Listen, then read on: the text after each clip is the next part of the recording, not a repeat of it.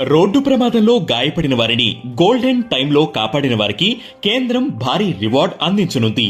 ఎలాంటి లాభాన్ని ఆశించకుండా, బాధితులతో ఏ సంబంధం లేకుండా ప్రమాదంలో గాయపడిన వారిని గంటలోగా ఆసుపత్రికి తరలించే వారికి కేంద్రం ఇప్పటి వరకు 5,000 రూపాయలను రివార్డుగా అందిస్తోంది. అయితే ఇప్పుడు దాన్ని 5 పెంచి 25,000 ఇవ్వాలని నిర్ణయించినట్లు కేంద్ర రోడ్డు రవాణా శాఖ మంత్రి నితిన్ గడ్కరీ వెల్లడించారు. ఇటీవల నాగ్పూర్లో రోడ్డు భద్రతకు సంబంధించి జరిగిన కార్యక్రమంలో ఆయన ఈ విషయం చెప్పారు. గాయపడి ఆసుపత్రిలో చేరిన వారికి మొదటి వారం రోజులు చికిత్స అందించేందుకు అయ్యే ఖర్చుల్లో 1,50,000 రూపాయల వరకు కేంద్రం భరిస్తుందని స్పష్టం చేశారు.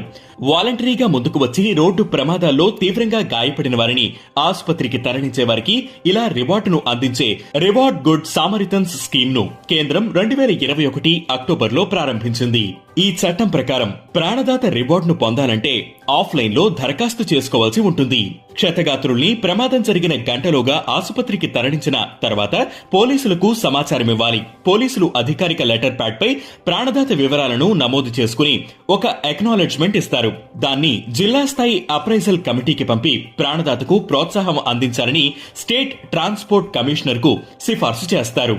ఆయన ఆమోదంతో ప్రాణదాత అకౌంట్లో రివార్డ్ అమౌంట్